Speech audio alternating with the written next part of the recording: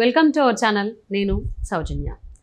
ఆంధ్రప్రదేశ్లో ఎన్నికలకు ముందు ఈ ల్యాండ్ టైటిలింగ్ యాక్ట్ గురించి అంతా ఏం చేసిందంటే అంతా కేంద్రం చెప్పినట్టే చేసాము, నీతి ఆయోగ్ చెప్పినట్టే చేసాము అని చెప్పేసి చెప్పుకుంటూ వచ్చారు. ఈవెన్ పోలింగ్ అయిపోయిన తర్వాత కూడా అదే మాట చెప్పారు. బట్ ఇప్పుడు నీతి ఆయోగ్ ఇచ్చేటువంటి రిపోర్ట్ చూసినట్లయితే వైసీపీ నాయకులందరికీ షాక్ అనే చెప్పుకోవాలి. సో మరి ఈ అంశానికి సంబంధించి మనతో మాట్లాడడానికి, వారి విశ్లేషణని మనతో పంచుకోవడానికి ఈరోజు మనతో పాటు ఉన్నారు సీనియర్ జర్నలిస్ట్ డాక్టర్ దుర్గా వడ్లమని ఉన్నారు. వారితో మాట్లాడదాం. నమస్తే అండి. నమస్తే.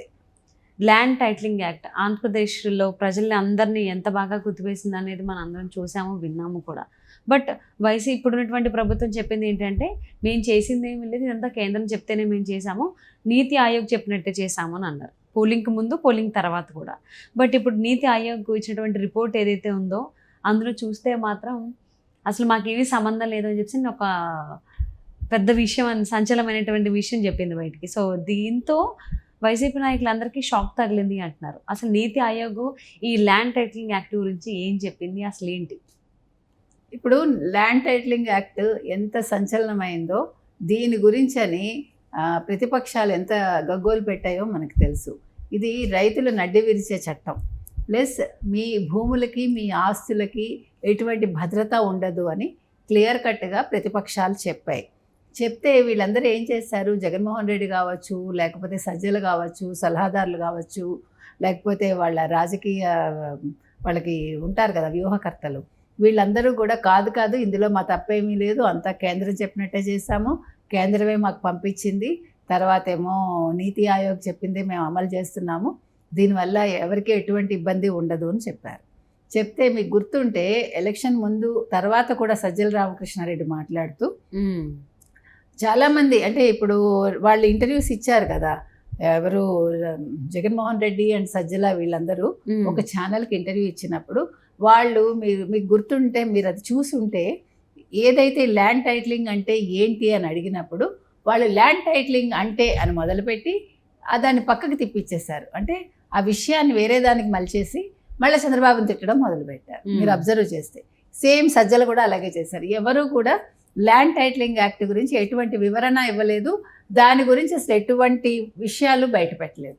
అయితే సజ్జలు ఈవెన్ ఎలక్షన్స్ అయిపోయాక కూడా చూసారా, ఇప్పుడు ప్రతిపక్షాలు అసలు ల్యాండ్ టైటిలింగ్ యాక్ట్ గురించి మాట్లాడటం లేదు, అందులో ఏమీ ఇది లేదు, అంతా అసలు చాలా మంచిగా ఉంటుంది అది ఇది అంటూ చెప్పాడు ఆయన మొన్న కూడా. చెప్పాక నాగిళ్ళ వెంకటేష్ అనే వ్యక్తి సమాచార హక్కు నుంచి వివరణ కోరాడు. ఇప్పుడు ఆస్తులు అమ్ముకోవాలంటే లేదు, ఇది రైతు ఒక భూమిని అమ్ముకోవాలంటే దానికి పర్మిషన్ తీసుకోవాలా ప్రభుత్వం నుంచి అని నీతి ఆయోగ్ని వివరణ అడిగాడు. అడిగినప్పుడు సమాచార హక్కు చట్టం ద్వారా అడిగాడు కాబట్టి మొన్న 16వ తారీఖున వాళ్ళ అండర్ సెక్రటరీ రవీందర్ కౌర్ ఆయన లిఖితపూర్వకంగా వివరణ ఇచ్చాడు. ఆయన అడిగిన 6 ప్రశ్నలకి సమాధానాలు ఇచ్చాడు ఆయన. అందులో ఏం చెప్పారంటే మాకు అసలు సంబంధం లేదు ల్యాండ్ టైటిలింగ్ యాక్ట్, మేము అసలు దాని గురించి మేము ఏ ప్రభుత్వానికి మేమేమీ అమలు చేయమని చెప్పలేదు, కేంద్రానికి కూడా ఎటువంటి సంబంధం లేదు అని చెప్పారు.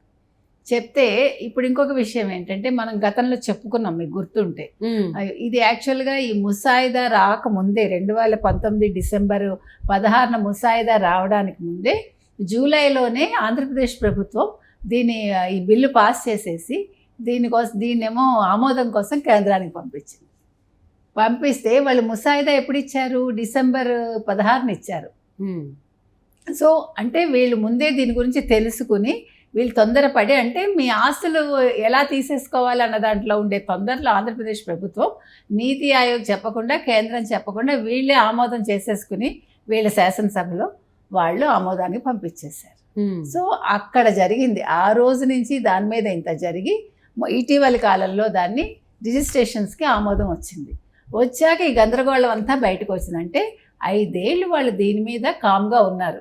ఎవరు అధికార పక్షంలో ఉండే వైసీపీ దీన్ని నిందలంతా కూడా ప్రతిపక్షం మీద వేశారు. ప్రతిపక్షం దీని వివరణ అడిగేసరికి వాళ్ళ దురదృష్టమో ప్రజల అదృష్టమో కరెక్ట్గా ఎన్నికలకు వారం ముందు ఈ విషయం బయటకు వచ్చింది.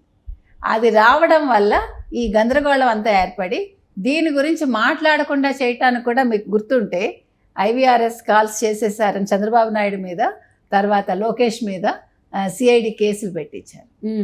అంటే వాళ్ళు ఎంత భయపడితే ఆ పని చేస్తారు. వీళ్ళు ఎక్కడికక్కడ మీకు ఈవెన్ బాబాయ్ హత్య కేసులో 6 మాట్లాడకుండా చేయాలని దాన్ని వాళ్ళకి వివరణ కోరకుండా అదేమో వాళ్ళు మాట్లాడకూడదని అక్కడ జడ్జి దగ్గర నుంచి జడ్జిమెంట్ తీసుకొచ్చేసారు. అంటే ఇది ప్రజలు ఎందుకు గమనించరు? ఇంకా వైసీపీ చేసే ఈ దారుణాలంతా వాళ్ళు ఎందుకు వివరంగా తెలుసుకోవట్లేదు? ఎక్కడుంది తప్పంతా అంటారు అసలు. ఎందుకంటే ఇంతంత పెద్ద విషయాలు ఇవి చిన్న విషయం కాదు. ఇది అసలు మీ ఆస్తి మీకు ఉండదు మీ పేరున, మీకు సారీ మీకు అసలు ఆస్తనే కాదు, మీ స్థిరాస్తులు కావచ్చు ఏవి కూడా మీ పేరున ఉండవు. ఎందుకని ప్రజలు ఇలా ఉన్నారో మనకు అర్థం కావట్లేదు. చాలా అసలు ఇవన్నీ దారుణాలండి. అసలు మీకు గుర్తుంటే అది దాన్ని ఏమంటారు, పట్టాదారు పాస్బుక్ మీద జగన్మోహన్ రెడ్డి ఫోటో ఉంటేనే మొన్న వాళ్ళ వైసీపీ అతన్ని నిలదీశాడు భాస్కర్ రెడ్డి గారు ఎవరిని, భారతీరెడ్డిని. భారతీరెడ్డి ఆన్సర్ ఇచ్చిందా? ఏమి ఇవ్వలేకపోయింది ఆవిడ. ఎందుకు ఇస్తారు వాళ్ళు? అసలు ఎందుకు ఇస్తారండి? వాళ్ళు ప్రజలు దోచుకుంటున్నారు. వాళ్ళు సుఖంగా ఇప్పుడు రాష్ట్రం అల్లకల్లోలం అయిపోతే ఆనందంగా విహారయాత్రకు వెళ్ళారు, గంటకు 12 లక్షల ఒక విమానంలో. ఇంకా వాళ్ళకి ప్రజా సంక్షేమం ఏం పడుతుంది? నేను బటన్ నొక్కాను మీకు డబ్బులు వేస్తున్నాను. డబ్బులు ఎక్కడి నుంచి వస్తున్నాయి? జగనన్న డబ్బులు కాదు అవి. అంటే ఇప్పుడు ఈ ల్యాండ్ టైటిలింగ్ యాక్ట్ ఏదైతే ఉందో ఇది ఫస్ట్ నుంచి కూడా కేంద్రం చెప్తేనే చేసాము, నీతి ఆయోగ్ చెప్తేనే చేసామన్నారు కదా. బట్ నీతి ఆయోగ్ ఏమో ఇప్పుడు మాకు క్లియర్ కట్గా చెప్పేసింది, మాకు ఎటువంటి సంబంధం లేదు, అసలు మా ఇన్వాల్వ్మెంట్ లేదు, అసలు మేము చెప్పని కూడా చెప్పలేదు అని. మరి ఇప్పుడు ప్రజెంట్ వైసీపీ నాయకులు ఈ ల్యాండ్ టైటిలింగ్ యాక్ట్కి సంబంధించి ఏం మాట్లాడేటువంటి అవకాశం ఉంది? ఎవరి డైవర్షన్ మళ్ళీ ఎటు వెళ్తుంది, వెళ్ళేటువంటి అవకాశం ఉంది? ఎందుకు మాట్లాడతాడు అసలు? ఇప్పుడు వాళ్ళు గెలుస్తారో లేదో తెలియని అయోమయ స్థితిలో వాళ్ళు ఉన్నారు. ఇప్పుడు అందరూ ఎవరికి వాడి, రోజా గారేమో ఊటీ వెళ్ళిపోయారట, వల్లభనేని వంశీ నేను నెగ్గనని తెలిసిపోయి ఆయన అమెరికా పారిపోయాడు, కొడాలి నాని గారు ఇంట్లో ఉన్నట్టున్నారు, అంబటి రాంబాబు గారు నిన్ననేమో ప్రెస్ మీట్లో నేను నెగ్గుతాను అన్నాడు కానీ ఆయన ఫ్యూచర్ ఆయనకు అర్థం కావట్లేదు. ఇంకా సజ్జల రామకృష్ణారెడ్డి మాట్లాడ్డా, ఆయన ఇలాంటి విషయాలు ఎప్పుడైనా చర్చిస్తాడా? ఏదైనా ఒక రాయి తీసుకుని ప్రతిపక్షం మీద వెయ్యాలంటే ముందుకు వస్తాడు కానీ మన మీదే రాళ్ళు పడుతున్నాయన్నప్పుడు ఇంట్లో కూర్చుంటాడు ఆయన. అసలు ఈ ల్యాండ్ టైటిలింగ్ యాక్ట్ గురించి మనం కావాలంటే మనం ఒక వైట్ పేపర్ మీద రాసిద్దాం.